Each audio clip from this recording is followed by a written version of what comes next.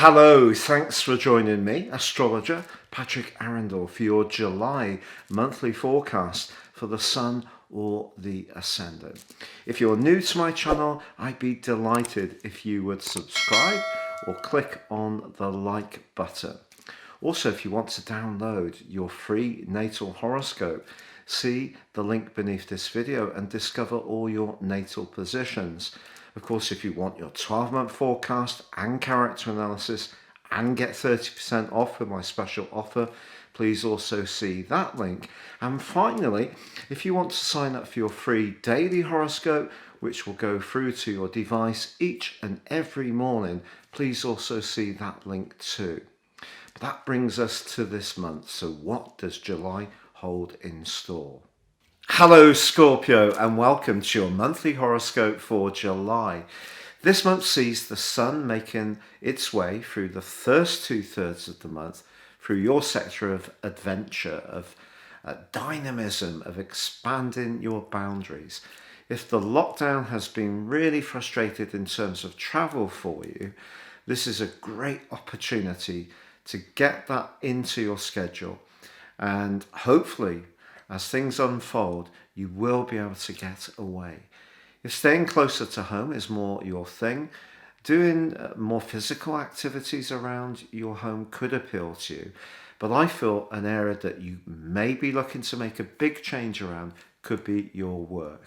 And that's because Venus and your traditional ruler of Mars are in a tremendous alliance through the first 3 weeks of this month.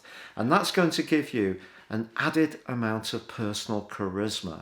So if you're looking to do a job that's linked to travel, or you want to change what you're doing now, be much more spontaneous, do something that gives you a lot more stimulation or feeds your imagination in some way, the combination of Venus and Mars gives you the personality power to reach towards someone in a position of influence who recognizes the skill set that you can bring to a situation, and there could be a real opportunity to change things in a very, very positive way for you.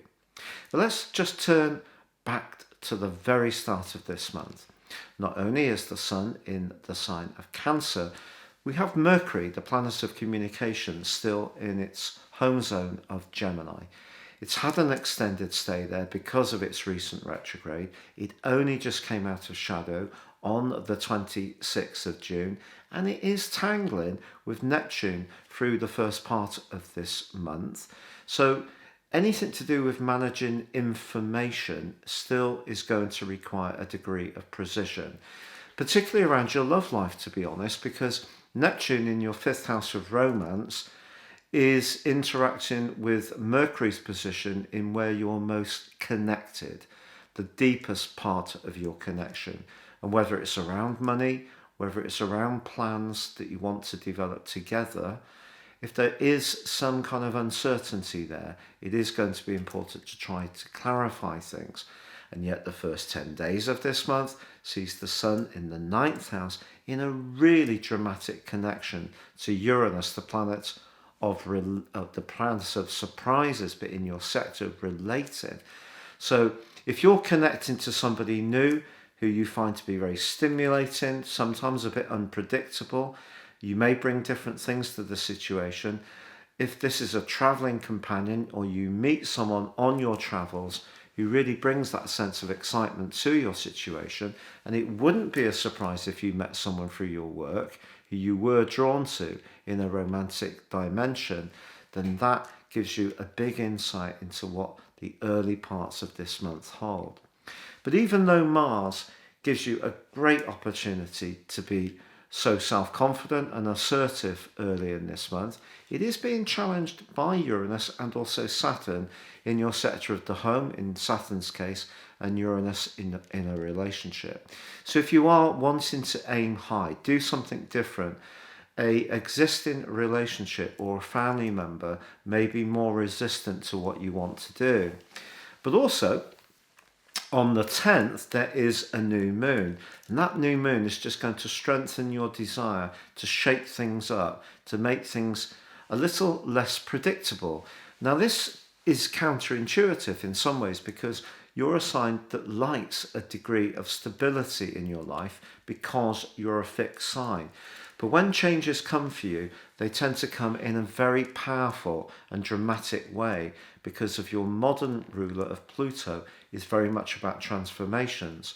So I feel that the new moon is really pushing you to step outside your comfort zone, be a bit more experimental, and it's supported from the 11th by the arrival of Mercury in this location. And right through to the 28th, Mercury can really see you talking about a potential deal, an agreement. Maybe it is physically moving around. Maybe it is by changing things up in some kind of way. But from the 12th through to the 18th, the Sun forges a really beautiful link with Neptune, both in water positions. And if someone's capturing your imagination, or you go to watch a film or a show, or you see a series, some kind of box set, or you get involved in a book, or you are a very creative person, your energies can really be very vividly aroused due to that wonderful alliance between the two. Now, there is a quarter moon on the 2nd and also the 17th this month. The quarter moon on the 2nd is saying, don't try to take on too much. That need for greater freedom and flexibility goes against the part of you that wants to be conscientious. The quarter moon on the 17th is more psychological, because that's in your 12th house. It just says that if there is something going on around your situation that's more sensitive, it can be amplified for the week from then. On the 22nd, however, it's a really big day this month.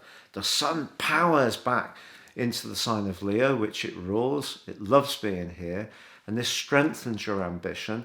But just as it does, Venus moves into the 11th house of friendships.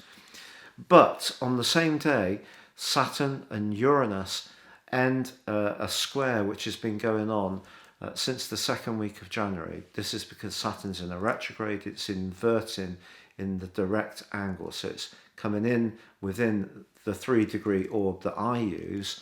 And so some of the tension that's been going on about a home or family-based relationship can ease somewhat. But the move of Venus into the sign of Virgo is asking you to celebrate the things you have in common with people, but it could mean a more social dimension developing. You may even meet up with people through work if that's been something that's been very difficult to do over the last year and a half, and it may be great to have that reconnection. The 24th, however, does see the full moon in your 4th solar house. So the 4th house is about home, family, emotions. The 10th house is about success. You can go for your goals in a big way this month, but you have to be aware of how that will impact on your support systems. And the key is not taking those support systems for granted, or not working so many hours that you don't give yourself the time to regenerate and recharge your emotional needs. But on the 28th, Jupiter rewinds back into the sign of Aquarius. And if you're wanting to make some changes at home, physical, or move altogether, then that's a good transition for you. The 28th, however, sees Mercury fire right to the top of your scope, joining up with the Sun and temporarily with Mars. So this is an alliance that can really see you setting your sights even higher. You're wanting to feel that you're recognized and appreciated for the talents you have. You're going to be much more avidly seeking acclaim. And on the 29th, Mars joins up with Venus in the sign of Virgo. Mars in Virgo is very hardworking, very pragmatic, but in the 11th house, not so egocentric. It's more about the team, the group. So I think there can be a really quite big social dimension right at the end of this month, but finding that balance between what you need to do for yourself in terms of being a freer spirit, but making sure your emotional foundations stay secure is probably the knack for this month. But it can be a really exciting month for you to achieve much greater recognition or change up your work situation or find the ways to travel.